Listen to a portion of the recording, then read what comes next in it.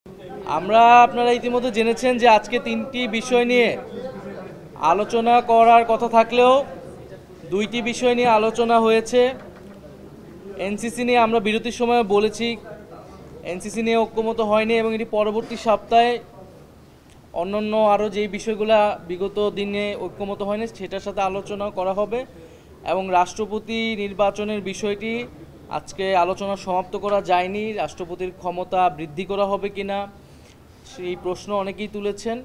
সেই প্রেক্ষিতে আগামীকাল রাষ্ট্রপতির এই আলোচনাটা যেখানে থেমেছে রাষ্ট্রপতি নির্বাচনে সেই আলোচনা দিয়ে শুরু হবে।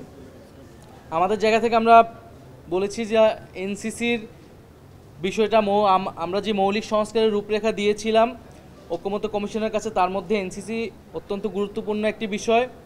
আমরা আশা করেছিলাম, আমরা ফোরামের কাছে যেই রাজনৈতিক দলগুলো বিরোধিতা করেছেন তাদের কাছে অনুরোধ করেছিলাম, আহ্বান জানিয়েছিলাম যে জাতির স্বার্থে, গণতান্ত্রিক রাষ্ট্রের স্বার্থে আমরা যাতে নীতিগত জায়গায় একটা ঐক্যমতে আসতে পারি আজকের মধ্যেই। কিন্তু এটা হতাশাজনক যে আমরা আজকে এটা আসতে পারিনি। আমরা প্রশ্ন রেখেছিলাম যে এই যে দুর্নীতি দমন কমিশন, নির্বাচন কমিশন, মানবাধিকার কমিশন সহ এই গুরুত্বপূর্ণ কমিশনগুলা যেগুলো আমরা বিগত সময়ে দেখেছি যে দলীয়করণ হয়েছে, নির্বাহী বিভাগের আজ্ঞাবহে পরিণত হয়েছে এবং বিরোধী দলমত দমনেও বা ভোটাধিকার হরণেও তারা ভূমিকা রেখেছে, এর থেকে উত্তরণের আসলে উপায় কী? একটা অপশন যেটা সংস্কার কমিশন প্রস্তাবনা করেছে যে একটা এনসিসি অথবা অল পার্টি কাউন্সিল বা একটা আপনার কাউন্সিল লাগবে যেখানে নিরপেক্ষভাবে ঐক্যমতের ভিত্তিতে, আস্থার ভিত্তিতে আমরা নিয়োগগুলো করতে পারবো। আর না হলে আমাদের আরেকটি অপশন যেটি আগের আমলে, শেখ হাসিনার আমলে, বিগত ফ্যাসিস্ট আমলে যেইভাবে নিয়োগ হতো, যেই আইনে নিয়োগ হতো সেইভাবেই নিয়োগ হবে। আমরা কি বিদ্যমান সিস্টেমটা রেখে দিব নাকি আমরা পরিবর্তন চাবো? তো এই বিষয়ে আসলে ঐক্যমত আসা যায়নি। আমরা স্মরণ করিয়ে দেওয়ার চেষ্টা করেছি যে বিভিন্ন রাজনৈতিক দল, বিরোধী রাজনৈতিক দল আগের আমলে, শেখ হাসিনার আমলেই কিন্তু এই নির্বাচন কমিশনের আইন বলেন, দুর্নীতি দমন কমিশন বলেন, সেগুলো নিয়ে কিন্তু তারা ব্যাপক বিরোধিতা করেছিল, এই আইনগুলো নিয়ে প্রশ্ন তুলেছিল এবং ভবিষ্যতে তারা ক্ষমতায় গেলে সংস্কারের প্রস্তাবনা, তাদের সংস্কার প্রস্তাবনায় বা তাদের কমিটমেন্টের কথা বলেছিল যে এই প্রতিষ্ঠানগুলো পুনর্গঠনের জন্য তারা কাজ করবেন। কিন্তু আমাদের কাছে মনে হয়েছে যে আজকের এই যে আলোচনা বৈঠকে সেই দলগুলার যারা বিরোধিতা করছেন তাদের কাছ থেকে আমরা কোনো বিকল্প প্রস্তাবনা আসলে পাইনি। এ কারণে ঐক্যমত আসা সম্ভব হয়নি।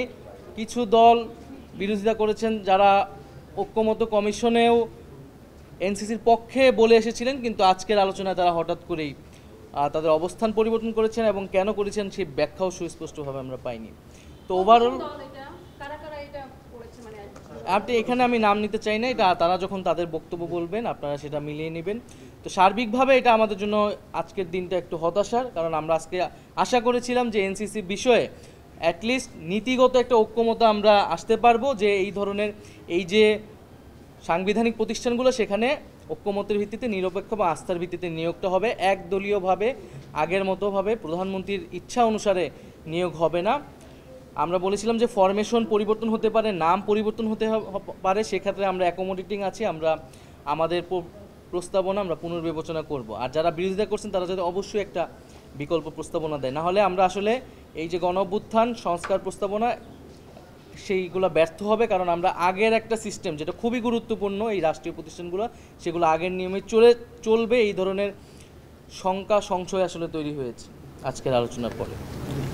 এই বিষয়ে বিএনপির তো মতামত আমরা যেটা বুঝলাম যে তারা বিপক্ষে, তো সেক্ষেত্রে আপনারা যারা পক্ষে বেশিরভাগ দলই আছে, আপনারা কি আলাদাভাবে বিএনপির সাথে বসা বা তার মানে অন্য কোনো বিষয়ে তাদেরকে কনভিন্স করা, এই বিষয় নিয়ে কোনো কিছু ভাবছেন? আমরা আমাদের বক্তব্য জনগণের সামনে স্পষ্ট করছি। আজকে পুরো আলোচনায় টেলিভাইজড হয়েছে, সারা দেশের মানুষ কিন্তু দেখেছে কার কি অবস্থান, জনগণ সিদ্ধান্ত নিবে তার মতো করে।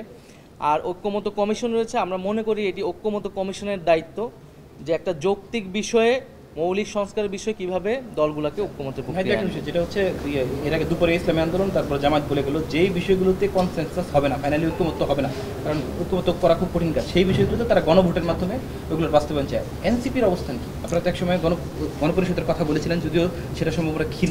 এই ক্ষেত্রে এখন আপনাদের বাস্তবায়নের পথ কি, প্রস্তাব কি? আমরা গণপরিষদের কথা বলেছি, আমরা এখনও গণপরিষদের অবস্থানেই আছি, কারণ এই জুলাই সনদ বা এই মৌলিক সংস্কারের ঐক্যমত এটা আসলে কিভাবে বাস্তবায়িত হবে এই বিষয়ে কিন্তু সিদ্ধান্ত হয়নি। ঐক্যমত কমিশন থেকে বলা হয়েছে এই বিষয়ে সবার পরে আলোচনা হবে, সিদ্ধান্ত হবে।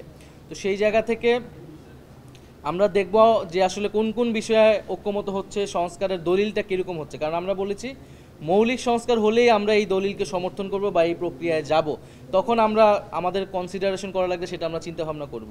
কিন্তু যদি মৌলিক বিষয় ছাড়া অগুরুত্বপূর্ণ বিষয়ে ঐক্যমত হয় তাহলে সেটা আসলে আমাদের শাসন ব্যবস্থার রাষ্ট্র কাঠামোর কোনো পরিবর্তন হবে না, সেটাকে আমরা মৌলিক সংস্কার হিসেবে বিবেচনা করব না, তখন আমরা আমাদের সিদ্ধান্ত। Thank you.